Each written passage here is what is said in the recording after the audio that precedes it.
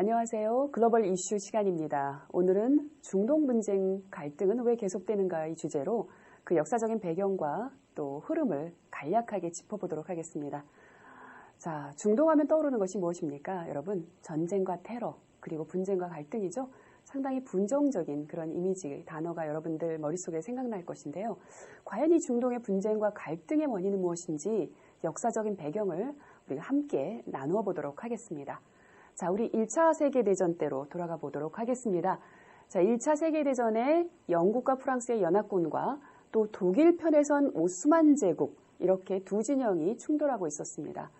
그런데 프랑스는 유럽의 서부에서 독일과 오스트리아의 승기를 잡고 분위기가 좋았습니다. 그런데 영국은 지금의 레반트 지역, 즉 레바논, 시리아, 이라크 지역에서 고전을 면치 못했죠.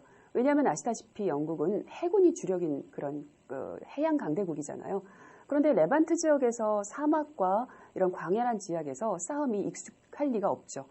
그렇게 고전을 면치 못하고 있는데 이때 좋은 소식이 영국에 전달이 됩니다.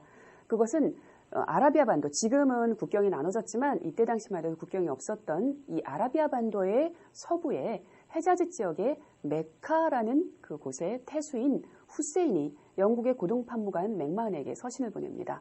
이 서신의 요지는 이렇습니다. 자, 내가 영국 당신들을 도와줄 테니 이 전쟁이 끝나고 나면 아라비아 반도와 레반트 지역, 아랍 통일왕국을 내가 다스리게 해달라라는 요지였습니다. 결국 영국은 물론 정확한 지정학적인 그런 획정에 대해서는 논의를 하지 않지만 이를 승낙하고 이 후세인은 영국을 도와 싸움을 하게 됩니다. 자, 그런데 영국이 동시에 이중 플레이를 하게 됩니다. 이 사진에서 보는 두 인물이 바로 이 중동 분쟁, 현재 중동 분쟁에 있어서 아주 중요한 역할을 했던 인물인데요. 왼쪽이 그 영국의 고위 외교관이었던 마크 사이크스, 그리고 오른쪽이 프랑스의 고위 외교관이었던 그 조르주 피코 외교관입니다. 그런데 이 두 외교관이 영국과 프랑스 두 외교관이 이 중동 지역을 두고 비밀 협상을 하게 됩니다. 바로 그것이 사이크스 피코 비밀 협정입니다. 1916년 5월 16일 체결되었는데요. 이 요지는 그렇습니다. 자, 1차 대전이 끝나면 이 중동 지역을 영국과 프랑스가 나눠서 통치를 하자라는 요지였습니다. 즉 영국은 후세인과 또 프랑스와 각각 다른 그런 약속을 함으로써 어떻습니까? 이중 플레이를 하면서 아랍의 후세인을 배신하게 되었던 것이죠.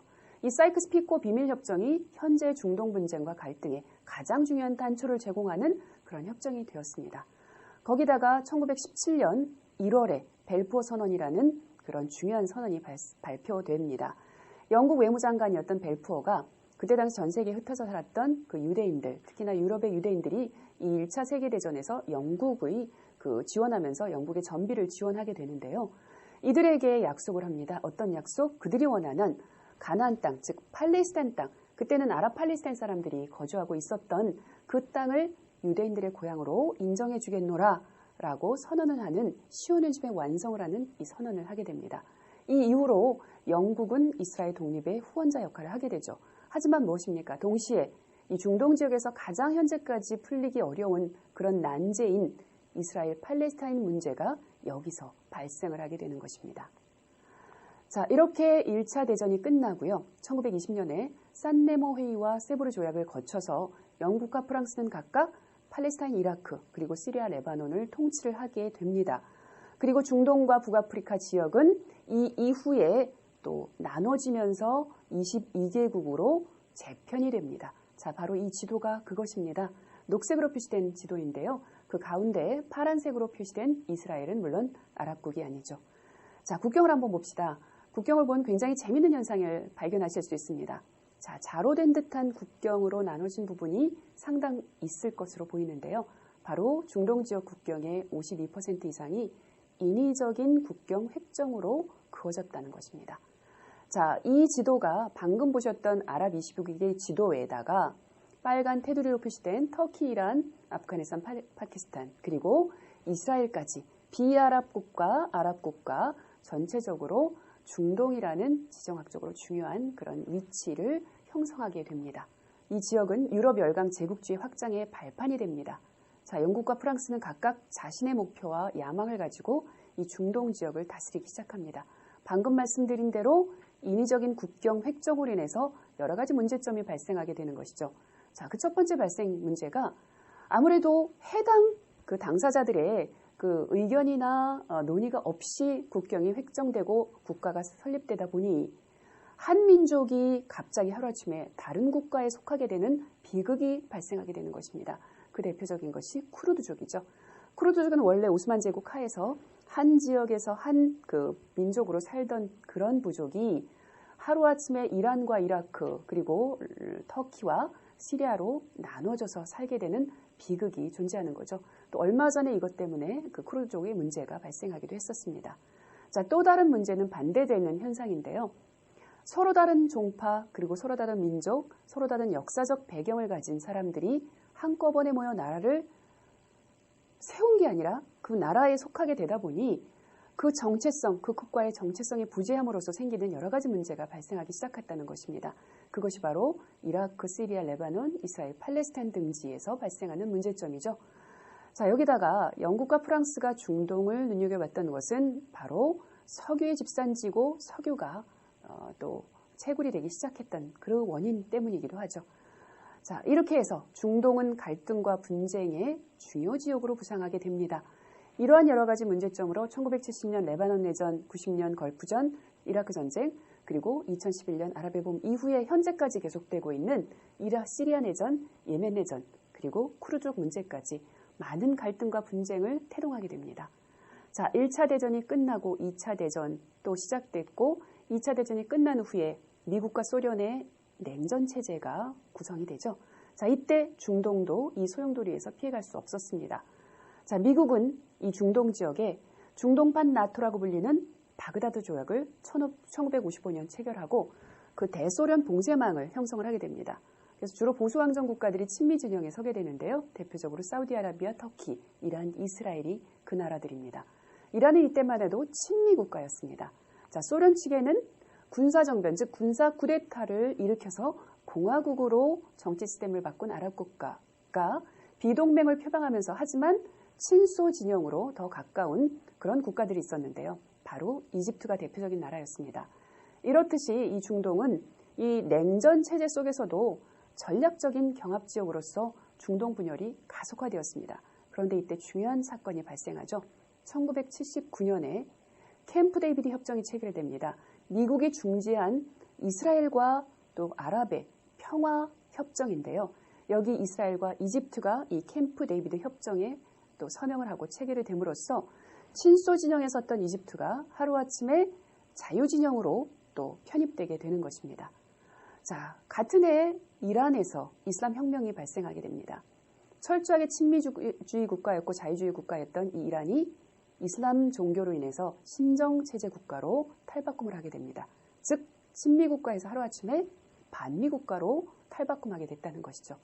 또 여기 같은 해에 아프가니스탄에 소련 침공이 이루어집니다. 자, 이러한 중요한 역사적인 그런 배경을 거쳐서 자, 베를린 장벽이 붕괴하고 소련도 붕괴한 1990년대 냉전 체제가 붕괴하면서 이때 중동에서 또 다른 중요한 사건이 발생을 하게 됩니다.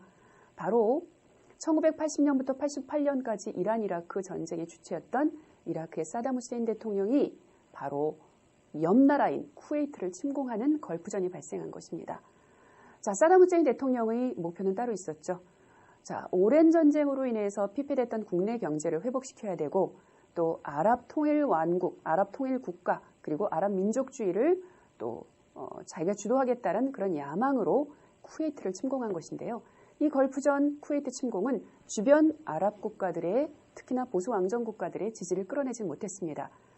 자, 아랍 민족주의와 아랍 단합을 통합을 표명하면서 어떻게 아랍 국가가 옆 나라인 다른 아랍 국가를 침공할 수 있느냐, 이것은 명분이 서지 않는 전쟁이었습니다. 사담 후세인 대통령은 미국에 은근히 기대를 걸었죠. 미국이 지원을 하고 도와줄 거라 생각했지만 미국은 이 아랍 국가들과 다국적군을 형성해서 이라크를 공격하고 이라크는 초토화됐습니다. 자, 이렇게 1990년대에 미국은 세계 경찰로서 중동 지역에서도 초강대국 군사력, 강력한 군사력을 주도로 해서 자유주의를 또 이 중동 국가에 심어주겠다라는 어떤 세계의 기대를 한 몸에 받았었습니다. 실질적으로 90년대는 분위기가 좋았습니다. 1991년에 도저히 한 테이블에 앉을 수 없었던 이스라엘과 팔레스타인이 마드리드 국제평화회의에 참가했고요. 93년, 95년 오슬로 협정이 체결됐고 94년에는 이스라엘과 요르단의 평화협정이 체결됐었습니다. 이렇게 중동 지역의 평화 모드가 조성되는가 싶더니 세계를 경악해 한 가장 중요한 그런 중동 지역에 또 사건이 발생합니다. 바로 9.11 테러입니다. 2001년에 발생했는데요. 부시 행정부에게 있어서는 미국에 있어서는 미국의 심장부를 공격당한 굉장히 충격적인 사건이었습니다. 부시 행정부 이에 2002년 바로 악의 축으로 이란, 이라크, 북한을 지정을 하면서 이 미국의 자존심, 상한 자존심을 다시 되찾겠다 하는 그런 위험한 도전을 하게 됩니다. 바로 테러와의 전쟁이죠. 2003년 이라크 전쟁을 일으키고 아프가니스탄 전쟁을 일으키게 됩니다. 자, 과연 부시 행정부의 이 정책은 성공했을까요?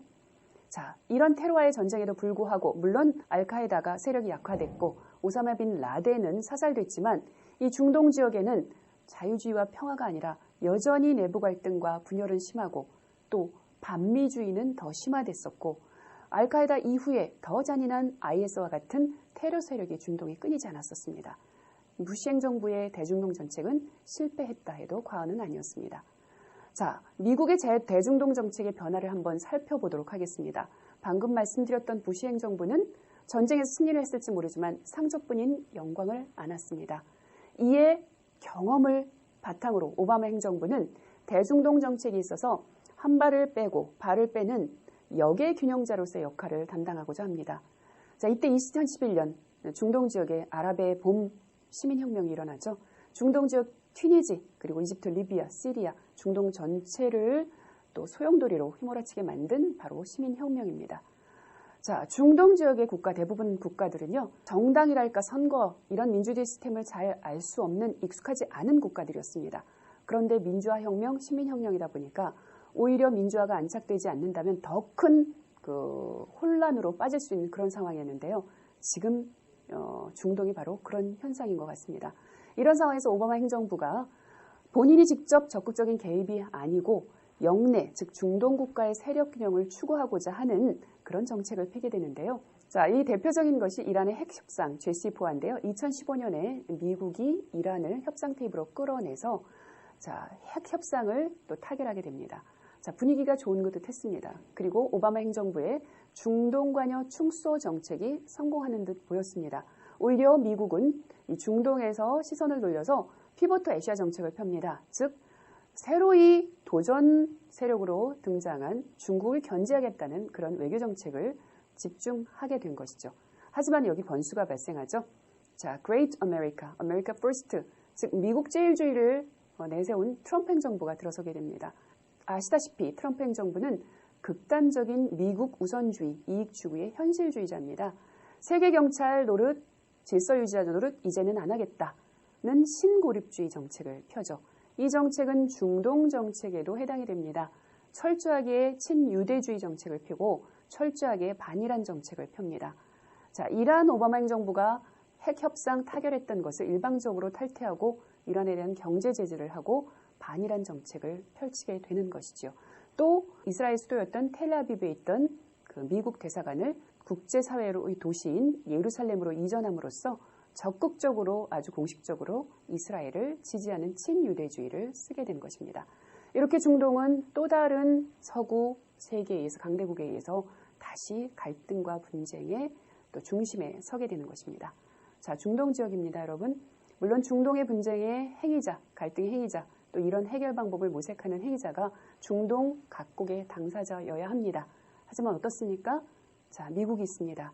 또 이에 러시아가 있습니다. 얼마 전에 발생한 이라크에서 거의 전쟁 직전까지 갔었죠.